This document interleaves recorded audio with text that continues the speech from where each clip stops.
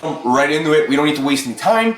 Number one, all right, how I find the hidden gem products that just won't, one, that are authentic and won't get you banned, but two, is the foundation to all your portfolio of products that are going to generate profit and when they get you full time, right? How do you find those gems? Well, the answer to this is with time, right? With time, it's a numbers game. Amazon is a little lottery ticket for every single ASIN you get. Every new product that comes into your sourcing catalog, right, is a little lottery ticket. Sometimes products that are bad can end up being gems, right? And then sometimes products are gems right away, last for a month, and then disappear. So these hidden gem products that people talk about, these winners, will come and go throughout your Amazon journey. And the true game, is trying to source as many products and always having a constant flow of new products coming in. If you want to actually find how to get these new brands always coming in, go watch my last video. I dropped really a good tip on how to get new brands, new ASINs into your inventory pool, certainly as a new seller. Let's go on to number two, right? Number two is how much cash flow should I actually set aside to start, right? You want to start selling on Amazon. How much cash do you need? I have a lot of videos on this, but the answer is a little complex, but I'll separate it in two parts, right? They're both true. You can start with as little as $2,000 to $5,000, all right? That's the minimum I would suggest, because you do have some upfront costs every month for software to start running around $100 to $150.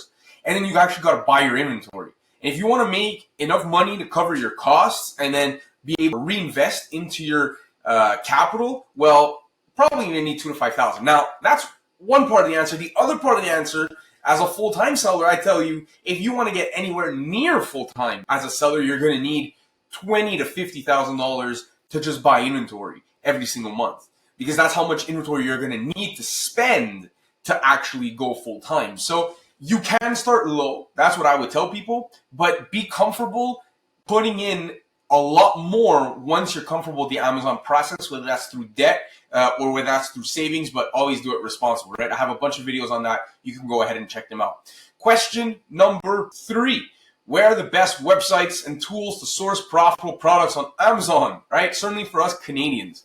So in terms of tools, I don't think you need to really complicate your life with tactical arbitrage or any other tool like that. You just need to use something like SellerAmp and Keepa. Those two things is all you need to find products, either with Keepa Product Finder or reverse storefront stocking. That is literally all you need. If you want to find them, the link's going to be in the bio, right? Question number four, that was an easy one, but a lot of people ask, oh, and also I forgot to mention about the websites. Well, to be honest, all websites are fantastic. I'll find profitable products at Sephora, Walmart, Canadian Tire, Indigo, you name it, I'll find it, right?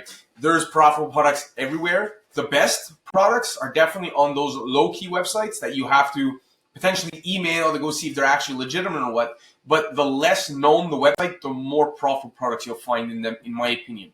All right, number four, should I outsource all my prep to a prep center, or should I do it all myself to save the money? Again, an answer that is going to be split into two answers. One, if you are full-time, 9 to 5, lots of responsibilities, maybe you're a parent, you don't have much time, I still think you should start yourself. Do your first 1 to 5 shipments yourself. Learn a little bit of the process, just so when you outsource it, you can actually understand the lingo and also understand what they're doing and the timing of it.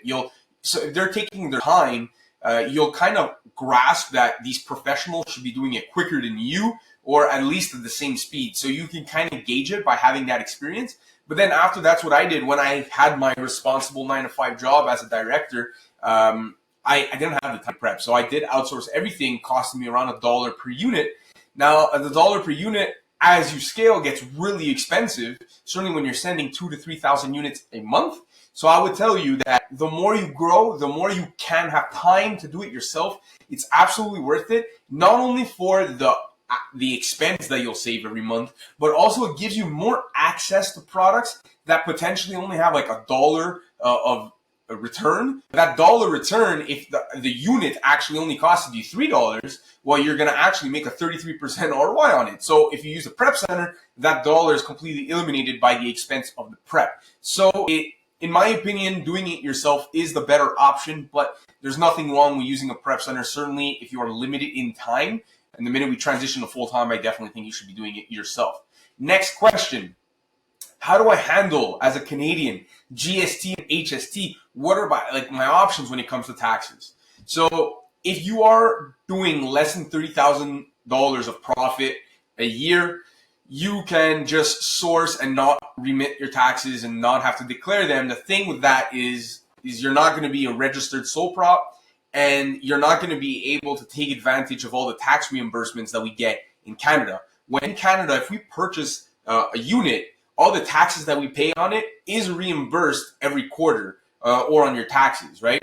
So I would suggest to you right away, if when you start selling, okay, take your product after taxes as your cost of goods sold on Seller App and source that way. But once you get comfortable with the process and you really want to go into this thing on Amazon, find an accountant and register as a sole proprietor right away, just so you can and talk to him about your taxes, so you can start sourcing without sales tax, right? Because you're already at a disadvantage, because everybody who's taking this serious is not paying sales tax for their cost of goods sold. So do that as soon as possible, okay?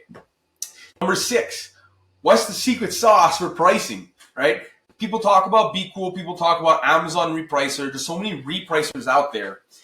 I would suggest, again, 2 things. I would not go with Be Cool, in my opinion. Be Cool might be mad at me for saying that, but I did use them, and maybe they changed with time. I did not have the best experience. Your 2 options right now is Aura or Seller Snaps has a trial where if you do less than $10,000 in sales, they, I think it's an upfront cost of, I don't remember exactly how much it is, so I'm not going to quote me nothing, but you can go see Seller Snap, which in my opinion is the best repricer in the Amazon game. However, it's the creme de la creme. When you're a big seller and you're doing more than $10,000 of sales a month, they will charge you a big whopping 650 Canadian every single month. So that is more of a big boy repricer. However, they have a specific program for small sellers that I think that you should absolutely take advantage of, because you'll never get access to Seller Snap at such a low price if you grow your Amazon account, right? So Seller Snap, go there. I'm not even going to put you my referral link. Go there yourself and go get it. I'm telling you, it's worth it. Number 6. Oh, no, I just said that. Number 7. How can I avoid the top 3 mistakes new Canadian Amazon arbitrage sellers make that kill their accounts, right? So number 1 is sourcing from websites that are not recognized. Now, how do you know if a website is recognized or not? Well, you can see if they have a social media page, do they have Google reviews. You got to really make sure that this is authentic and you're not getting yourself inauthentic products, okay? Because these inauthentic products can literally kill your Amazon account if you have too many. And this is a perfect segue to mistake number 2 that Canadians make, or in general all Amazon sellers make, is not taking into account health seriously. All right. As a new seller, you might not really notice much, but as you start selling, it's inevitable that you are going to get account health issues, whether that is intellectual complaints, property complaints, inauthentic product complaints. There's a lot of different complaints that can affect account health. And sometimes they are your fault, sometimes they're not your fault. But the important thing is that you're active with Amazon and either submitting disputes or acknowledging your fault like right away, because in the long run, Amazon will take that into consideration. And then the last mistake, in my opinion, that most Amazon sellers make, certainly when they're new, and I've seen almost everybody done this, I've done this, is they tank the buy box. And why? Because when they're repricing, right, on the number 6, well, they're using repricers that will undercut the buy box by 1 cent if they don't have the buy box. And as a new seller, you're probably not buying 10, 50 units at a time. So since you don't have a lot of units, you're probably not going to get the buy box as much. And if your repricer is reacting in a way where it's trying to prioritize the buy box by undercutting, where you're just going to set a price war, and the person that was beating you is just going to follow you with their repricer. So they're always going to keep the buy box. So if you don't do that, if you do that and you create price wars, you're just killing every single product that you source, and all the profit's going to go down, right, to your minimum price. So you want to avoid those three mistakes. Certainly with account health, that's huge, and repricing and undercutting the buy box. And the last question, hopefully you guys enjoyed. Before I get into the last question, if you guys have any questions that want to be featured in a future video like this, leave them in the comments, like and subscribe, do that whole thing. You can find me on Instagram at ManciniAnthony_. You can find all my highlights of Amazon, and my whole story for the past 3 years is posted there, all right? So let's go into question number 8, the last question. What are some little known Amazon rules or seller hacks that you can seriously boost Canadian sellers? And this is the thing that changed my Amazon business at one point. Is certainly as a new seller, you're coming into this business and you're doing a lot of test orders. You're buying 10 units at a time, 15 units at a time, never really more, because it's ballsy to go ahead and buy 100 units, 50 units at a time and spending thousands of dollars on a product. However, know that one day you will need to transition to be aggressive with how you're ordering your products. Meaning that if you did a test order of 10 and they all sold in the first week that you got them, don't order 10 again.